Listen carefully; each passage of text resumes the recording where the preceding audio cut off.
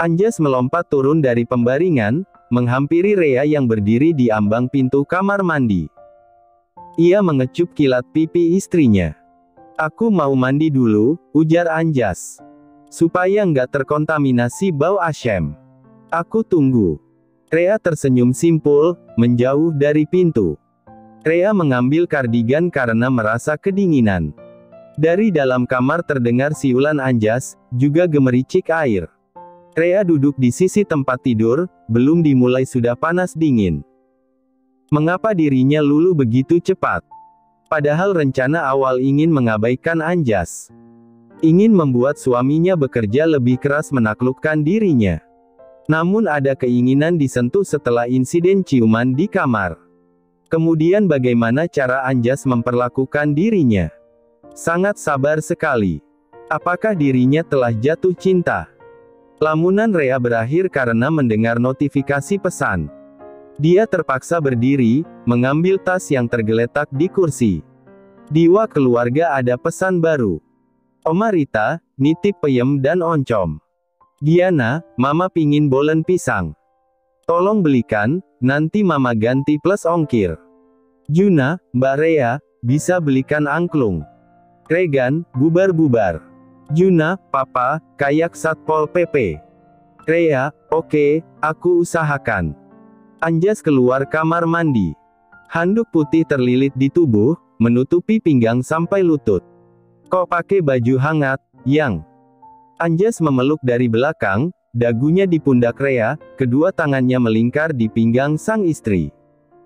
"Dingin, Mas. Pakaian mini, tipis pula," sahut Rea mulai meremang karena Anjas mencium tengkuknya. "Kamu mandinya lama juga. Kan, demi kamu, harus bersih dan wangi." "Pesan dari siapa? Pada minta oleh-oleh, Mama Salwa minta nggak, Mas? Sekalian dibelikan?" tanya Rea. "Nggak ada. Walaupun begitu tetap dibelikan. Buka ya." Kedua tangan Anjas menarik turun kardigan. Lalu mengusap paha istrinya. Rea menaruh ponsel di atas tas, dia melangkah ke jendela. "Mau kemana?" "Tirainya ditutup, Mas Anjas," sahut Rea. Dia berbalik lagi mendekati Anjas seusai menutup tirai. Anjas menatap intens tubuh Rea yang sangat menantang.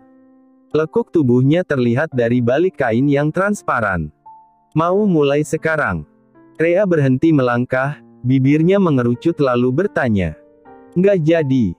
"Ya, udah bobo aja. Aku cuma tanya, sayang." Anjas yang menutup jarak, menarik pinggul Rea. Tangan yang satunya memegang tengkuk leher. "Mas Anjas mau apa, sih?" Gantian Rea yang menggoda, kedua tangannya menyentuh dada sang suami. "Bikin baby. Mau nggak?" Sontak mata Rea membeliak. "Oke, sebelum jauh menitip benih. Mari kita putuskan ingin punya anak berapa?" 11. "Heh." Rea refleks memukul bahu Anjas. Anjas mengecup bibir istrinya. "2 cukup." Lantas dikecupnya kembali bibir merah itu. Memagut perlahan, menyelipkan lidah yang mulai mendapatkan sambutan. Ciuman itu sangat memabukkan bagi Rea. Jantungnya meledak-ledak, darahnya berdesir. Ciuman makin menuntut dan dalam. Rea terengah kala Anjas melepas tautan. Rasanya sangat luar biasa dan ingin disentuh lagi. Anjas mendorong pelan tubuh Rea, hingga istrinya jatuh telentang di tempat tidur yang kemudian terjadilah pesta di malam itu. Tubuh Anjas ambruk di atas tubuh istrinya, wajahnya diceruk leher Rea yang berkeringat. "Malam ini, malam yang nggak mungkin terlupakan," ujar Anjas, berbaring di sebelah Rea. Rea menarik napas dalam-dalam. Mengusap keningnya yang berpeluh dan menyelaraskan napas yang berantakan. "Apa sakit?" Anjas menutup tubuhnya dan Rea menggunakan selimut. "Dikit." Rea mengembuskan napas. "Boleh aku lihat, Yang?" "Mana boleh?" sergah Rea. "Mas ini ada-ada aja." "Bercanda, Rea. Istriku galak banget, cih." Tangan Anjas merengkuh tubuh Rea. "Mas tahu nggak? Apa? Dulu, kamu ngatain aku bayi jelek. Sekarang bilangnya cantik," ucap Rea. "Waktu aku usia 1 bulan, Mas usia 4 tahun. Yang benar. Tanya Mama, Papa, Mama Salwa, dan Bapak, mereka saksi hidup. Rea memeluk lengan kokoh suaminya. Anjas tersenyum lebar. Dulu kamu gundul. Foto usia 3 bulan udah agak mendingan. Rea merebahkan kepalanya di dada Anjas. Tubuh yang lelah dan mengantuk, membuatnya tidak punya daya lagi. Sekarang kamu yang capek ya? Oh, ya, nomor ponsel Mas Anjas udah masuk wak keluargaku. Sekarang aku mau bobo dulu. Nanti aku bangunin. Emang mau pergi kemana? Rea mendonggak, memandang penuh rasa penasaran. Minta lagi, dong. Rea memonyongkan bibirnya. Kirain. Tapi mau, kan? Anjas menggelitik pinggang Rea, lalu turun ke bawah. Mas Anjas. Apa, sayang? Aku mau tidur. Rea membalikkan badan, memunggungi suaminya. Anjas mendekat, memeluk dari belakang. Dia tidak menggoda Rea lagi. Membiarkan istrinya terlelap, walaupun ingin sekali lagi mereguk manisnya malam pengantin baru. Napas Rea mulai terdengar teratur. Sementara Anjas, masih terjaga karena kebahagiaan yang tiada taraf. Nur dibantu 2 perempuan lain membawa nampan berisi gelas-gelas kopi, teh, dan jahe sereh. Malam memang makin larut, menunjukkan pukul 10 malam dan hawa dingin menyergap kulit. Tetapi beberapa tetangga Salwa yang berkumpul belum ingin beranjak pergi.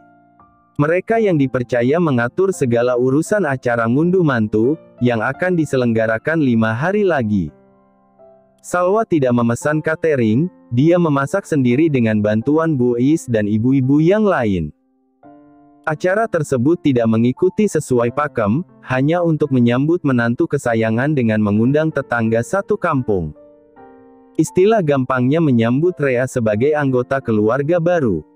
Mau ater-ater enggak ya? Nur bertanya. Lah yo tadi udah dibahas. Udah ada catatannya, untuk Pak Kades, Pak Carik, dan orang-orang yang dituakan, sahut Bu Is. Orang sekampung juga dapat. Oh, aku tadi di dapur. Nunggu air mendidih, sahut Nur, merapatkan jaketnya. Anjas di rumah mertuanya, Mbak Salwa. Tanya Bu Hesti. Liburan ke Bandung sama Rea, jawab Salwa. Oh, bulan madu. Nur dan Bu Hesti berbarengan menyahut dengan kosakata yang sama.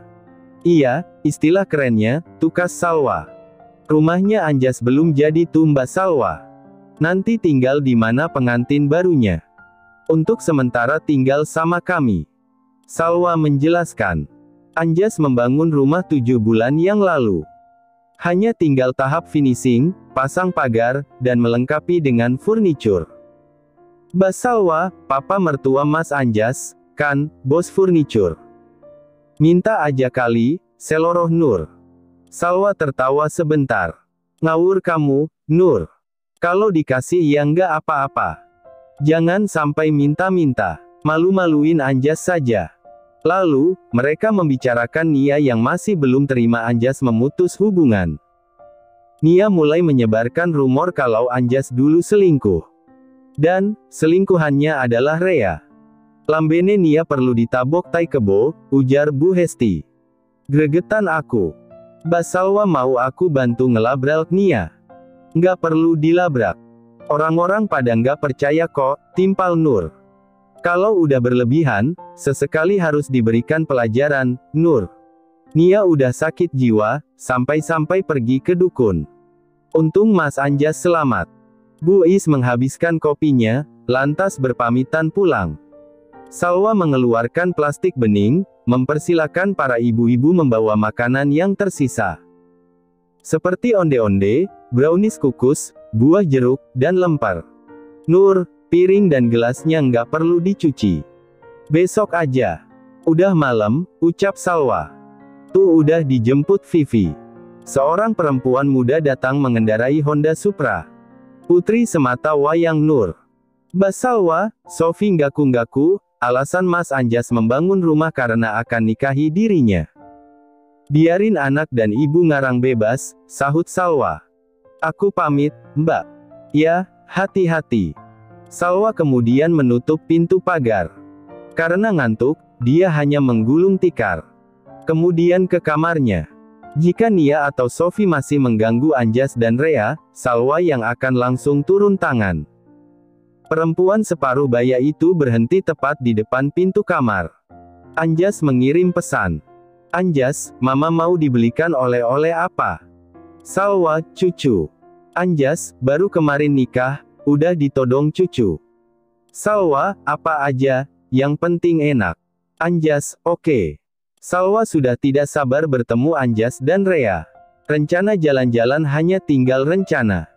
Rhea masih meringkuk di atas tempat tidur, tubuh polosnya bergelung di balik selimut. Anjas sudah bangun, dia duduk di sofa memangku laptop yang sengaja dibawa. Walaupun tengah berbulan madu dia memantau pekerjaan dan tetap terhubung dengan Hilman. Lelaki itu mengalihkan pandangan, memperhatikan Rhea yang menggeliat. Anjas menaruh laptop sofa. Dia lantas merangkak ke atas tempat tidur. Mencium pipi istrinya dan membenarkan letak selimut. Rhea hanya bergumam tidak jelas karena masih mengantuk dan mata terasa berat. Pagi, istriku, sapa Anjas, mengusap lengan Rhea. Pagi. Rhea perlahan membuka matanya. Jam berapa, Mas? Jam 9. Rhea menggaruk pipi. Tubuhnya masih terasa penat karena pesta tadi malam. Rasanya enggan beranjak dari tempat tidur. Baru sekali udah kok, ledek Anjas. Wajar kok, punya suami ganas banget. Rhea memaksa diri untuk bangun. Mengerang lirih karena masih terasa perih, akhirnya ambruk lagi di kasur. Anjas turun dari pembaringan, masuk kamar mandi. Dia menyiapkan air hangat di bathtub. Tidak lama kemudian menghampiri Rhea yang masih malas-malasan. Mas Anjas. Rhea kaget, karena tubuhnya mendadak dibopong oleh suaminya. Refleks menutup bagian dada, lupa kalau Anjas adalah suaminya. Dan, semalam sudah melakukannya. Anjas menurunkan perlahan tubuh Rhea ke dalam bathtub. Supaya penatmu hilang. Makasih, Mas. Sini aku pijat pundaknya. Anjas melepas celana piyama, lantas duduk di belakang Rhea. Berendam bersama di dalam bathtub. Kedua kaki Rhea menekuk, menjadi tumpuan tangan dan kepalanya. Merasakan pijatan lembut di pundak dan punggung.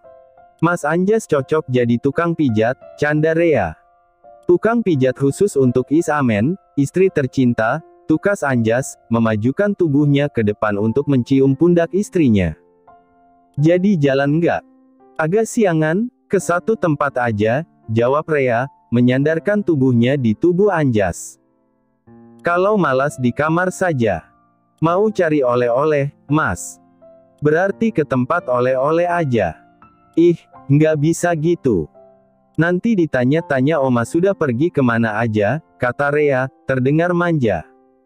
Aku lapar banget. Anjas tertawa kecil. Rhea identik dengan lapar dan makanan. Aku udah pesan sarapan. Mandilah, ujar Anjas seraya berdiri, keluar dari bathtub. Rhea duduk di kursi meja makan, mengambil segelas jus jeruk. Anjas yang duduk di kursi lain, menikmati secangkir kopi hitam. Mereka berdua terdiam, sama-sama memandangi langit yang membiru dari balik jendela.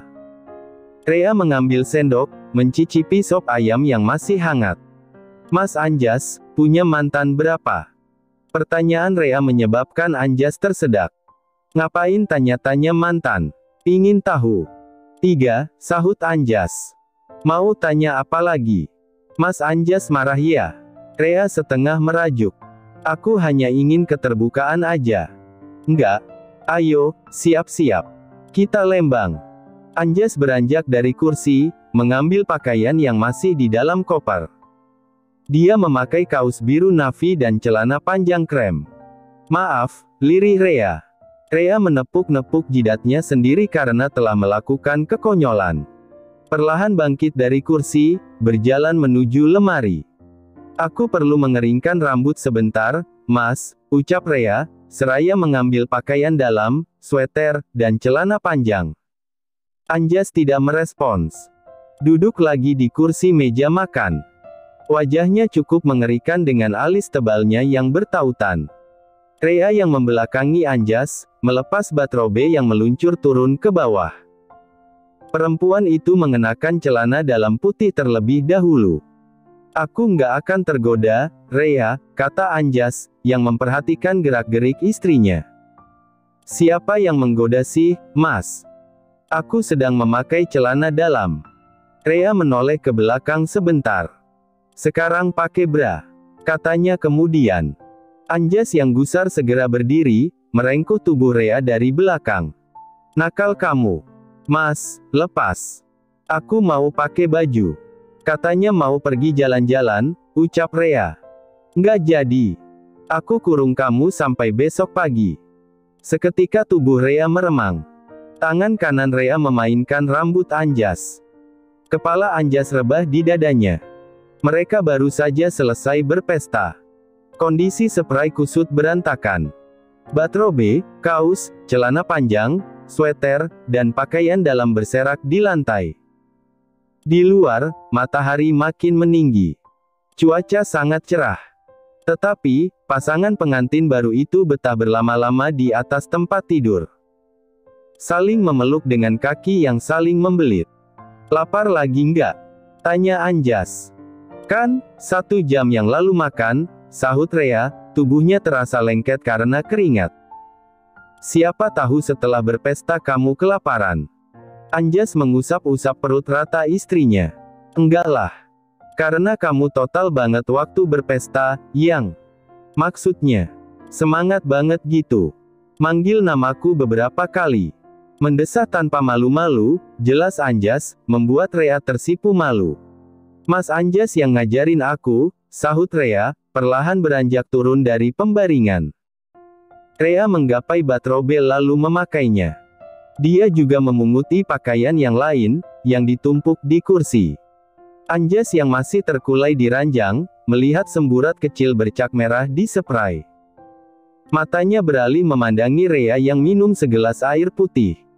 Anjas meraih celananya dan segera dipakai. Lelaki itu memeluk istrinya dari belakang. Memeluk sangat erat.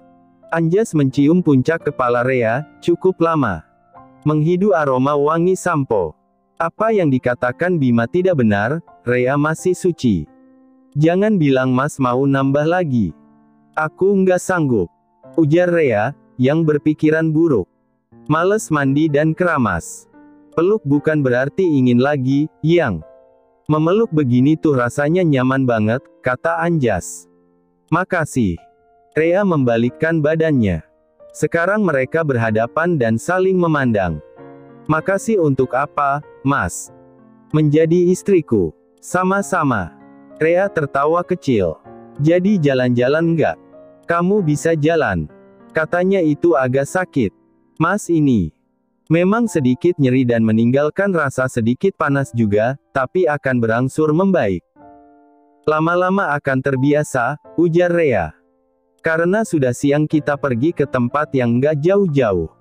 Anjas menyelipkan helai rambut Rhea di belakang telinga. Kembali dipandang lekat-lekat wajah istrinya. Sudah jangan memandang terus. Rhea keluar dari dekapan suaminya.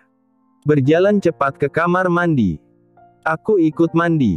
Nggak boleh. Rhea segera menutup pintu kamar mandi. Terdengar gelak tawa Anjas. 5 menit kemudian, tidak membutuhkan waktu lama untuk mandi, Rhea mematut diri di depan cermin. Tubuhnya terlilit handuk putih. Dia melihat 2 bekas merah di leher kanan, dan 1 di dada. Telapak tangannya mengusap kaca, memandangi wajahnya sendiri. Wajah yang lelah bercampur bahagia. Bahagia. Rhea bertanya-tanya sendiri. Bahagia karena menikahi seorang Anjasmara Mahesa atau karena berpesta yang memberikan sensasi candu. Dirinya bahkan tidak mampu menjawab. Udah selesai mandinya. Anjas membuka pintu kamar mandi yang tidak terkunci. Udah, sahut Rhea. Mas Anjas. Lain kali jangan di leher. Bisa ditutupi dengan pakaian atau bedak, yang. Anjas menimpali santai. Rhea mengerutkan hidungnya. Meninggalkan Anjas yang gantian mandi. Rea baru selesai berpakaian lengkap ketika menerima pesan. Bima, selamat atas pernikahanmu. Aku yakin kalian berdua nggak bahagia. Kedua rahang Rea mengatup kuat. Apa yang harus dilakukan supaya Bima tidak mengganggu? Rea melempar ponsel ke atas tempat tidur. Memilih mengabaikan pesan. Berharap ada keajaiban sehingga Bima berhenti mengusik dirinya, juga pernikahannya. Bima masih ganggu, Mas. Rea mengadu pada suaminya yang baru selesai mandi. Telepon kamu. Anjas melihat wajah kesal sang istri. Bima ngirim pesan. Mau blokir percuma. Pasti pakai nomor lain, gerutu Rea.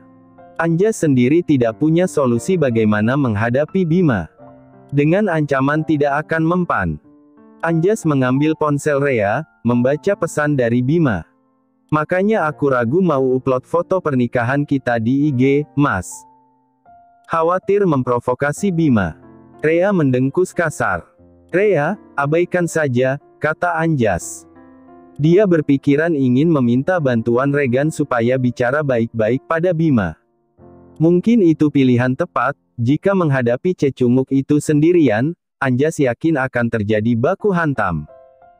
Aku semalam posting foto pernikahan kita, ungkap Anjas. Kamu belum lihat? Belum. Ik-nya apa, Mas? Kamu belum follow aku, Yang. OMG. Aku udah follow kamu lama loh. Nggak tahu atau gimana? Posting foto nikah tapi nggak nge-tag aku. Sama aja kita. Rea bersungut-sungut, mengambil ponsel dari tangan Anjas. Anjas Mahesa ini. Tengok aja foto profil aku. Wajah aku atau bukan? Sahut Anjas bergaya logat bahasa daerah lain. Udah aku fallback, Mas. Anjas marah.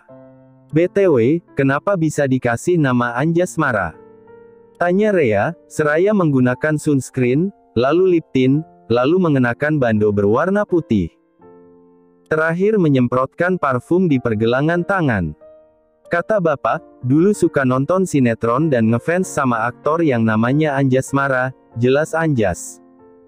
Kalau kamu, Reana, Regan dan Giana. Kalau nama kita susah digabungin ya. Gumam Anjas. Cari nama lain aja. Keduanya saling memandang. Rea menunduk malu. Dulu nolak nikah sama Anjas, sekarang setelah melakukannya kemudian ngobrol tentang nama anak. Anjas berdeham.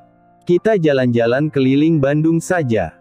Sekalian cari makan siang, dan mampir ke toko oleh-oleh, katanya. Rea menganggukkan kepalanya sebagai tanda setuju. Esok pagi mereka harus pulang. Karena akan ada acara ngunduh mantu. Oh, ya, mengenai mantan. Aku dulu pernah berhubungan dengan 3 perempuan. Ika dan Ninda masih satu kecamatan. Dengan Sofi satu desa, ujar Anjas. Kenapa sekarang malah ngomongin mantan? Tadi kamu tanya. Aku jawab sekarang. Kamu punya mantan berapa? Pasti lebih banyak. Cuma 1. Si Bima. Bikin masalah pula, sahut Rea, berjalan menuju pintu. Benarkah? Secantik ini nggak ada yang naksir. Anjas buru-buru membukakan pintu untuk Rea. Ada banyak. Aku tolak. Nggak ada yang srek, jawab Rea sekenanya. Berarti aku beruntung ya, ditolak tapi jadi suami, goda Anjas. Nggak juga, kebetulan jodoh. Rea berdeham, memasang wajah datar. Padahal gugup sekali. Anjas merangkul pundak Rea, mereka berdua berjalan menuju lift. Dari pundak berpindah memegang telapak tangan istrinya. Bahkan di toko oleh-oleh, Anjas selalu menempel Rea. Setiap ada lelaki yang melirik dan terkesan tertarik, dia akan menyentuh Rea. Entah itu mengusap rambut, mengusap punggung, menggamit pinggang. Sebagai tanda kepemilikan. Kaus boleh juga, Mas, ucap Rea. Jumlah keluargamu ada berapa, Mas?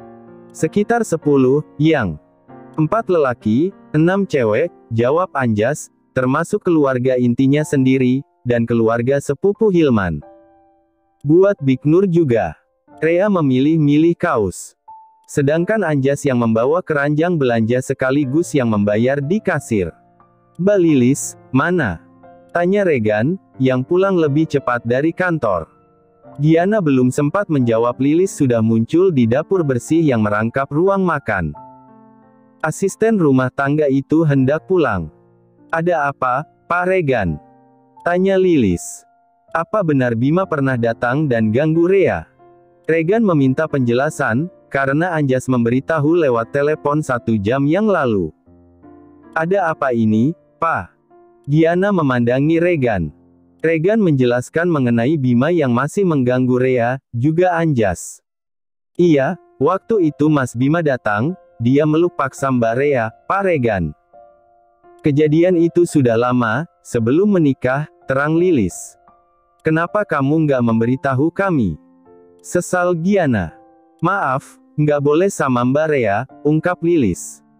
"Mungkin waktu itu Rea berpikiran Bima akan berhenti mengganggu," ucap Regan. "Aku menghubungi Bima, mengajaknya bertemu." "Kapan?" "Setengah jam lagi. Aku pulang sebentar hanya ingin memastikan mengenai Bima." "Papa harus sabar, jangan emosi," Giana mengingatkan. "Nggak janji. Tergantung situasi, Gi. Aku pergi dulu." Regan mencium kening istrinya, lalu melangkah keluar rumah. Mobil yang dikemudikan Regan meluncur di jalanan yang ramai lancar. Regan senang karena Anjas meminta bantuannya. Kendaraan roda 4 itu memasuki pelataran parkir kafe dan berhenti di dekat pos satpam. Regan cukup terkejut karena melihat Bima sudah datang. Sebagai mantan kekasih dari Rea, Regan pernah beberapa kali bertemu Bima. Sosok Bima yang dulu sangat sopan dan baik. Entah mengapa sekarang berubah. "Sore, Bim," sapa Regan basa-basi. Duduk di seberang Bima. "Selamat sore, Om. Ada perlu apa?" "Baiklah, langsung ke inti permasalahan." Regan melepas kacamata hitamnya. "Kamu dan Rea sama-sama sudah menikah. Alangkah baiknya kamu tidak mengganggu putriku," ucapnya penuh penekanan. Bima tertawa mengejek. "Siapa yang mengganggu Rea, Om? Aku tahu dia masih mencintaiku. Aku berharap kami bisa kembali bersama lagi." Regan membuang napas kasar. Sepertinya tidak akan mudah menghadapi Bima. "Aku dengar, Ines mengandung. Fokus saja pada keluargamu, Bima. Terima kenyataan bahwa kamu dan Rea tidak berjodoh," ucap Regan. "Apa Om akan memberiku uang supaya aku nggak ganggu Rea dan Anjas yang cemen? Karena bersembunyi di balik ketiak mertuanya. Harusnya dia datang sendiri. Tidak ada uang atau kompensasi apapun. Karena aku yakin kamu lelaki sejati yang bisa menerima kenyataan," sahut Regan. "Orang seperti Bima, walaupun diberikan uang 1 truk, tidak akan berubah." Regan belajar dari pengalaman.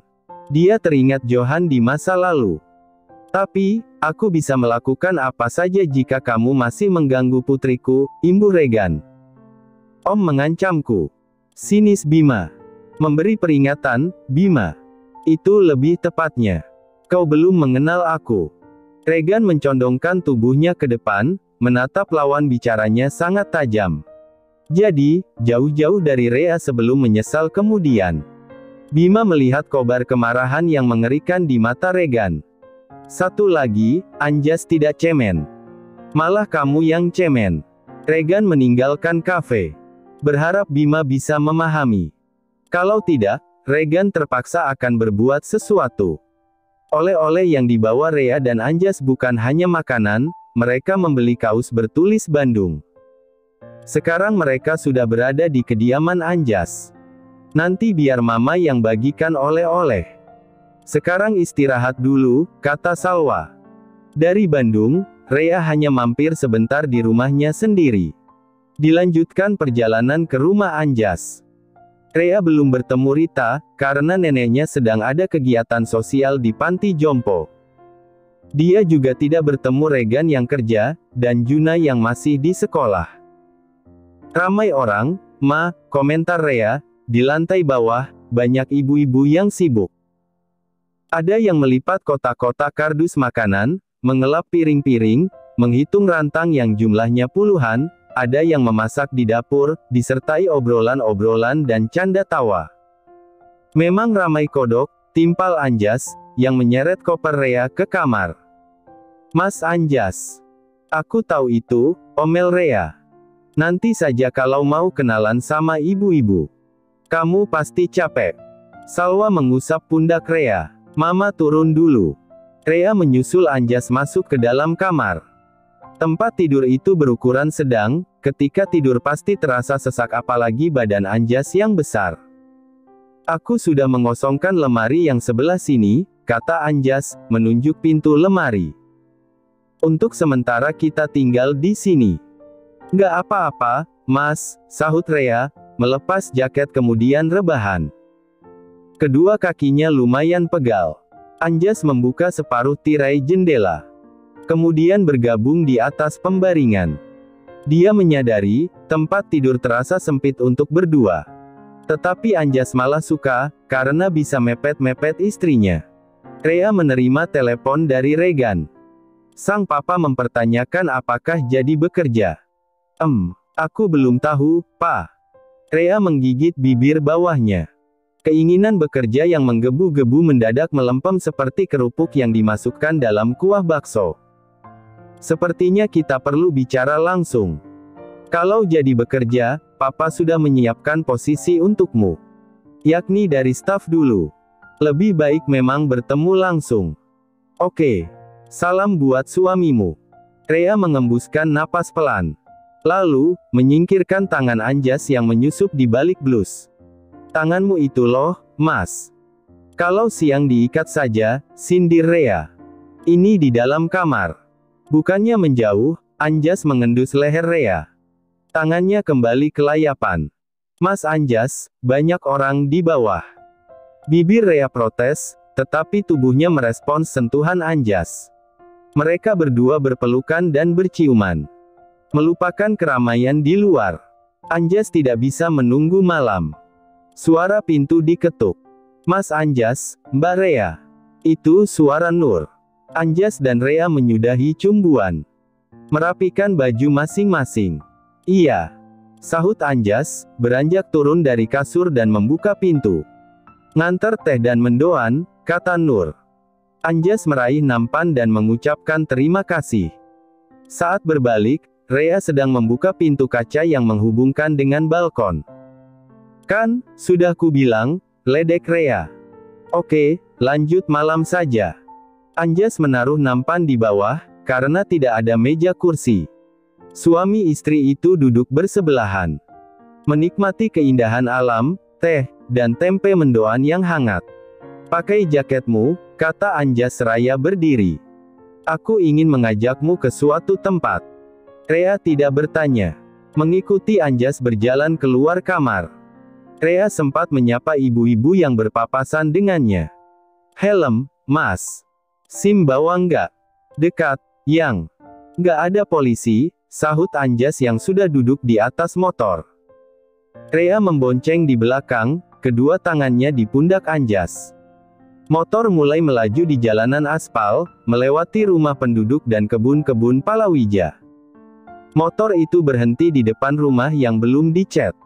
Halaman depan, samping kanan kiri cukup luas. "Rumah siapa, Mas?" tanya Rea, memandangi rumah besar dengan arsitektur minimalis. "Rumahku." Anjas mengantongi kunci motor sekaligus merogoh kunci rumah dari saku jaket. "Rumah kita." Ralatnya kemudian. Rea tidak menyangka Anjas sudah membangun rumah. "Kenapa nggak tingkat, Mas?" "Seperti rumah Bapak." "Aku lebih suka rumah satu lantai," jawab Anjas, membuka pintu utama. "Tugas kamu mengisi rumah. Kamu suka rumah dua lantai?"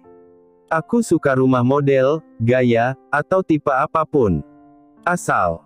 Rea berdeham, hampir saja keceplosan. Dia berjalan menuju area ruang keluarga. "Asal apa, Yang?" tanya Anjas. "Nggak apa-apa," sahut Rea, berpindah mengecek kamar utama. "Rumah ini ada berapa kamar, Mas?"